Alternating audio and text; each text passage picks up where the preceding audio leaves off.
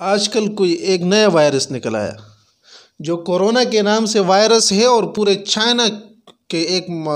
بڑے شہر کو انہوں نے گھیر دیے، اور اس کے آس پاس ممالک کو بھی اس وائرس نے ایسا گھیر لیا ہے کہ کافر انتہائی زیادہ پریشان ہے اور پوری دنیا پریشان ہے۔ اور لوگوں نے اس پر سوشل میڈیا پر اور الیکٹرک میڈیا پر کیا کچھ باتیں کی کہ فلاں وجہ سے لگ گیا اور فلاں وجہ سے لگ گیا، کہ تحقیقات یہاں سے ثابت ہوئے کہ کسی نے کہا کہ چمگادڑ کا سوپ کسی نے استعمال کیا ہے، یا کچے چوہے کسی نے کھائے ہیں پکائے بغیر، ایسے چیزیں استعمال کر کر کے یہ وائرس پھیلا ہے۔ تو میں تو اس پر دو باتیں کرنا چاہوں گا کہ ایک تو کس وجہ سے پھیلا ہے وہ تو الگ بات ہے، لیکن یہ اللہ کی طرف سے عذاب ہے ان کافروں پر، کہ کچھ دنوں پہلے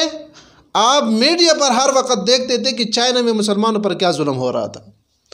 اور مسلمانوں کے ہونٹوں کو سیے جا رہا تھا، مسلمانوں کو طرح طرح کی تکالیف دیے جا رہے تھے، مسلمانوں کے ساتھ ایسا ظلم کہ تاریخ میں لکھا جائے گا تو لوگ روئیں گے، اور تاریخ بھی بند نہ پڑھ سکے کہ ایسا ظلم مسلمانوں کے ساتھ جو بلا وجہ ہے کہ ان کو کہے کہ آپ اپنا مذہب چھوڑ دیں، کہ ان مسلمانوں پر ایسا ظلم، اور پوری دنیا کے مسلمان خاموش ہے اس بات پر، اور کوئی بھی اسلامی ملک اس پر بات نہ کرے،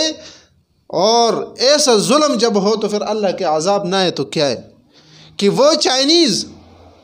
جو مسلمانوں کی عورتوں کے چہروں کو کھولے کہ برقع نہ پہنو، آج وہ ماسک پہن کر پھر رہے ہیں،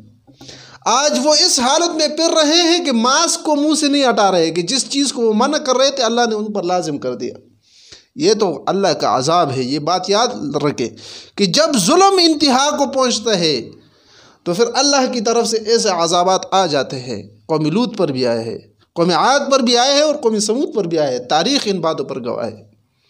کہ جب بھی ظلم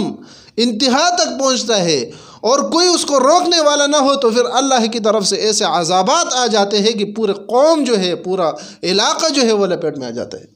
ایک بات تو یہ ہو گئی۔ دوسری بات جو ماہرین نے یہ کہا ہے کہ بھئی چمگادڑ کا سوپ استعمال کیا، یا جو ہے فلاں چوہے استعمال کیے،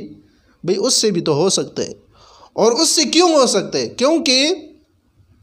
جو قرآن مجید آج سے 1400 سال پہلے پیغمبر علیہ السلام پر نازل ہوا ہے، اس نے تو آج سے 1400 سال پہلے فیصلہ کیا ہے، یا ایھا الناس کلوا مما فی الارض حلالا طیبا، کہ اے لوگوں کھاؤ زمین میں ان چیزوں میں سے جو حلال بھی ہو اور پاکیزہ بھی ہو۔ یہ تو قرآن کا فیصلہ ہے۔ ولا تتبعوا خطوات الشیطان، شیطان کے نقش قدم پر نہ چلو، شیطان جو تمہیں راستے دکھائے ان راستوں کو نہیں اپناؤ، بلکہ حلال چیز کھاؤ اور پاکیزہ چیز کھاؤ۔ کیوں؟ انہ لکم عدو مبین، شیطان جو ہے تمہارا واضح دشمن ہے، تمہارا کھلا دشمن ہے،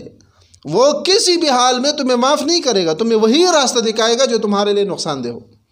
یہ تو قرآن کا فیصلہ ہے کہ جب ایسے حرام چیزیں کھائیں گے جن کو اللہ نے حرام کیا ہے، جن کو اللہ تبارک و تعالیٰ نے حلال نہیں کیا ہمارے لیے، ایسی چیزیں جب کھائی جائے تو ایسے وائرس تو بنتے ہیں، کیونکہ اللہ تبارک و تعالیٰ نے قرآن مجید میں اسی آیت کی کچھ نیچے دوسری آیت میں کیا فرمایا ہے؟ یا ایھا الذین آمنوا کلوا، یا ایھا الذین آمنوا کلوا، کہ اے ایمان والو کھاؤ من طیبات ما رزقناکم، پاکیزہ چیزوں میں سے جو ہم نے تمہیں رزق دیا، جو تمہیں ہمیں رزق دیا ہے ان سے پاکیزہ چیزوں سے کھاؤ،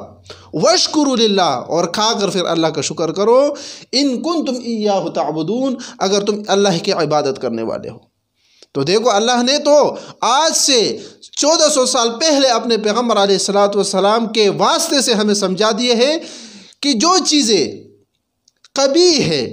جو چیزیں نفس کو نہ لگے، جو چیزیں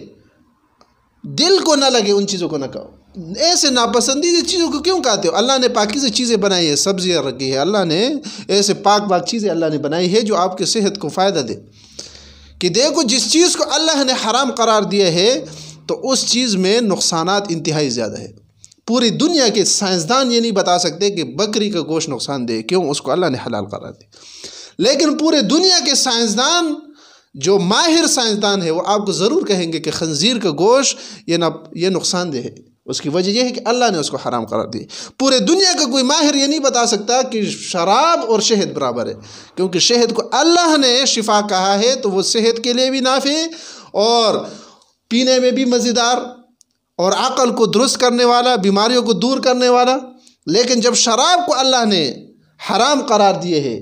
تو وہ جو ہے عقل کو بھی ضائع کرنے والا، صحت کو بھی ضائع کرنے والا۔ باہر سے تو آپ کٹھا لگیں گے لیکن اندر کچھ بھی نہیں ہوگا۔ تو اس لیے جن چیزوں کا اللہ نے حلال قرار دیے ہے تو ان کو استعمال کرنا چاہیے، اور جن چیزوں کا اللہ نے حرام قرار دیے ہے اور جو بیہودہ چیزیں ہیں ان کو نہیں کرنا۔